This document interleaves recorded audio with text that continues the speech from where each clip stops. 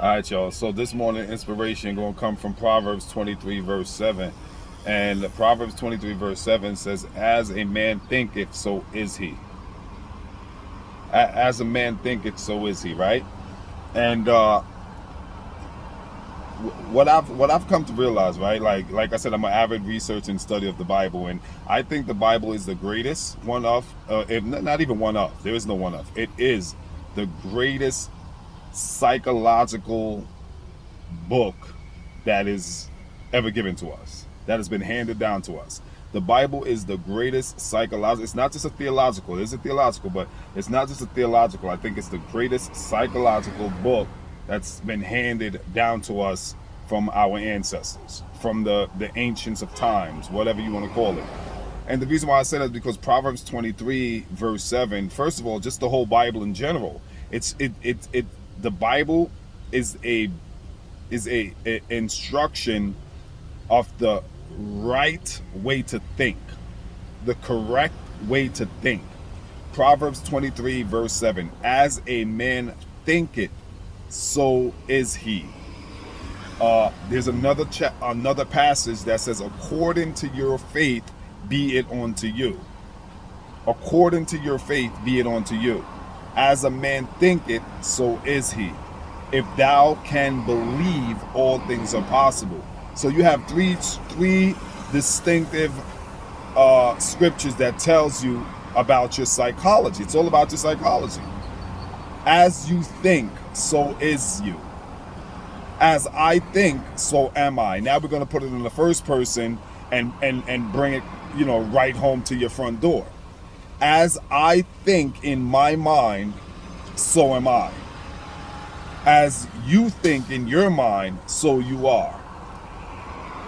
That's a very, again, psychological, mental, personal, correct way of thinking. The Bible teaches you how to think correctly about yourself.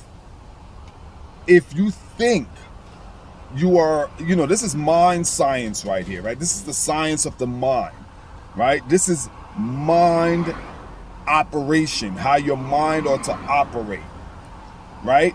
When you personalize it like this, right? And esoterically speaking, whatever your conditions are in your life, right? Whatever your conditions are in your life, when you personalize it, when you take that scripture and you coat yourself, you cover yourself, right? You adorn yourself, you garment yourself in that scripture. As a man thinketh. As man here, again, whenever you see the word man, it just simply means mind, right? It's not a gender thing. It's not a female, male, as we would naturally think. It's in an esoteric sense, it simply means as a mind. A mind doesn't have a gender on it. So a mind is gender neutral, right? So as a mind thinketh, ETH. Anytime you see ETH, it's a continuous spectrum, right? It means in perpetuity, continuously. So as you're constantly thinking, as the mind is constantly thinking about itself, so it is. So it is can be translated as a mind is constantly thinking about itself, it is creating its conditions. It is creating its circumstances. It is creating its reality. We can further transliterate it to you are. Instead of it is, again, we're personalizing it and making it applicable to ourselves so we can see ourselves in the scripture, in the script, in the story. As a person, as a mind continuously think, you are creating your conditions, your circumstances, your outcomes, your conclusions, your world, your reality. You see how we're translate. This is called not just translating, but transliterating, transcribing. This is taking it and coding yourself with it. So every morning you wake up, every night you go to sleep, every day you go out into the world. Every encounter that you're having is a result, is a reflection of your own doing, your own creation. Now, I can hear a lot of people say, well, I didn't, this cop just pulled me over and gave me a ticket. That's not my own creation. Yes, it is. Yes, it is. You something you did that made that cop pull you. Well, I worked my butt off to get this promotion and the person next to me got it. I didn't create. Yes, you did. Yes, you got something you did to get that job that put you in that predicament, right? To be next to the person who, it's something you did that created that situation for that person to get the promotion over you. Something you did. Now here's the kicker. Here's the kicker. Buckle up your belt, lace up your boots, and strap down your wigs, ladies. Here, and make up your makeup. Here's the kicker. What you're doing is something in your subconscious as a man thinketh, as a mind thinketh. It's something in your subconsciousness. It's something in your unaware mind that is projecting, emanating, and attracting like thoughts onto itself, and then is creating with mass and matter the tangible outcomes. I say that because you might not, you are not aware of what you're doing. This is why self-awareness is paramount.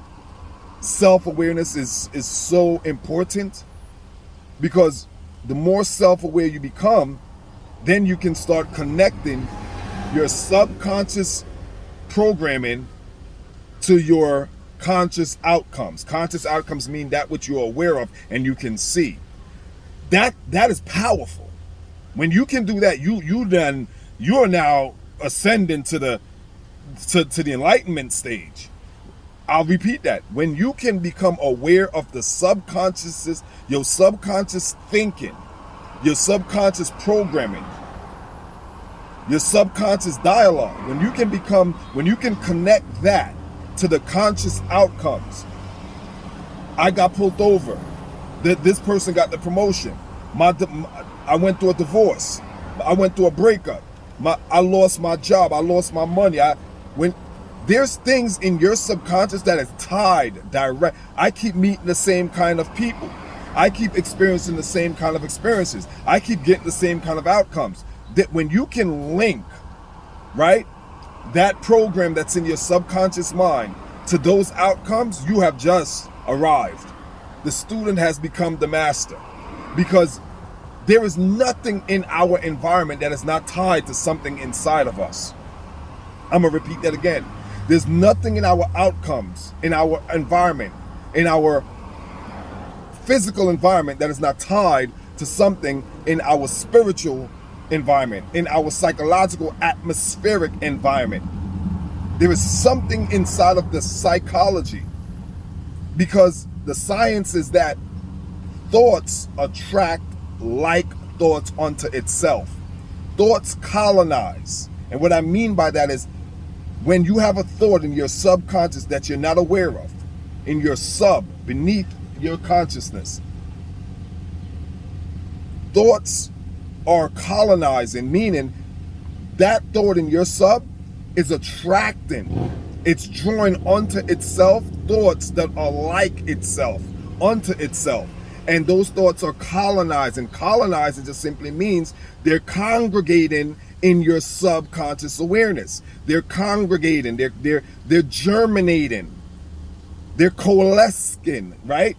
Coalesce, meaning they're gelling, they're coming together. And eventually they show up in your reality. Eventually they show up in your life. Because why? Inherently you're a creator. You cannot stop creating.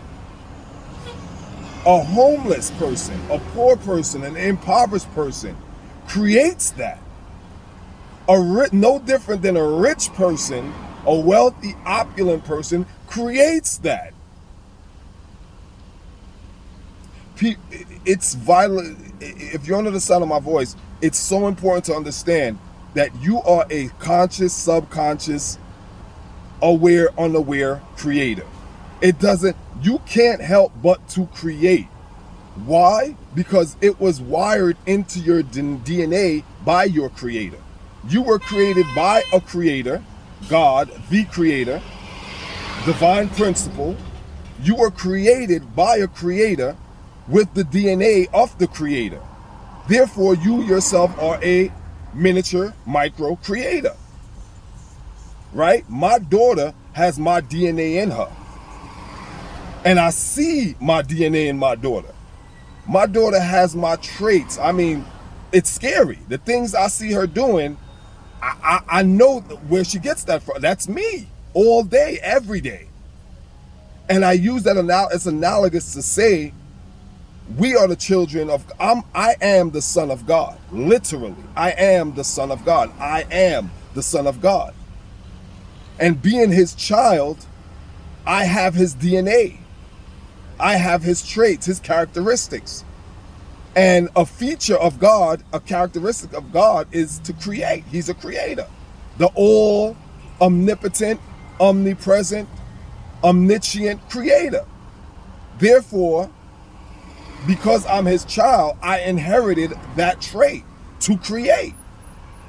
And until you understand your divine makeup, your divine nature, that as a child of God, you are a natural, inherent, organic creator.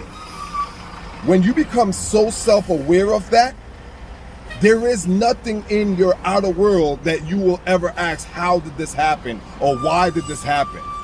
Rather than say, why did this happen, and become confounded, bewildered, perplexed, and confused, you'll start to become more reticent. That's the perfect word. When things start going chaotic around you and things start getting out of control and start so-called happening, what we call random happenings or random acts, you become, rather than become, again, bewildered, perplexed, confounded, and be puzzled and bedeviled by these things, you will become reticent, which means you become reclusive, you become silent, and you turn within. You become internalized. You turn within and start to look, what am I creating? What am I doing that is creating this outcome? What am I unknowingly doing to create these same scenarios in my life, these same outcomes in my life? Because you are the creator. Till next time, peace. As a man thinketh, peace.